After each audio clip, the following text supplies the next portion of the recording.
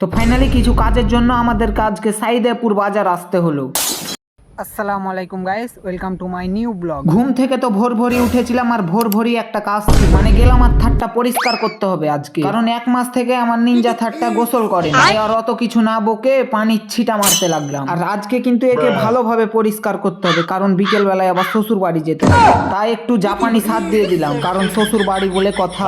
আর এইদিকে আমিও তো 2-10 দিন গা ধুইনি, তাই আমাকেও গা ধুতে হবে। আর গোসল করা তো কমপ্লিট, তাই এখন যেতে হবে আমাকে নামাজ পড়তে, কারণ আজকে তো আবার শুক্রবার। তো ফাইনালি তোমাদেরকে সকাল টু বিকেল নিয়ে চলে এলাম। আর এখন বিকেল বাজে 3:35। আর এইদিকে আমার গেলাম আর থাটটা বাইরে থেকে বের করেছি, কারণ এখন আমাকে যেতে হবে সাইদাপুর বাজার। আর গাড়িতে তো জল ছিল না, তাই চলে এলাম পেট্রোল পাম্প জল ভরতে, না মানে তেল ভরতে।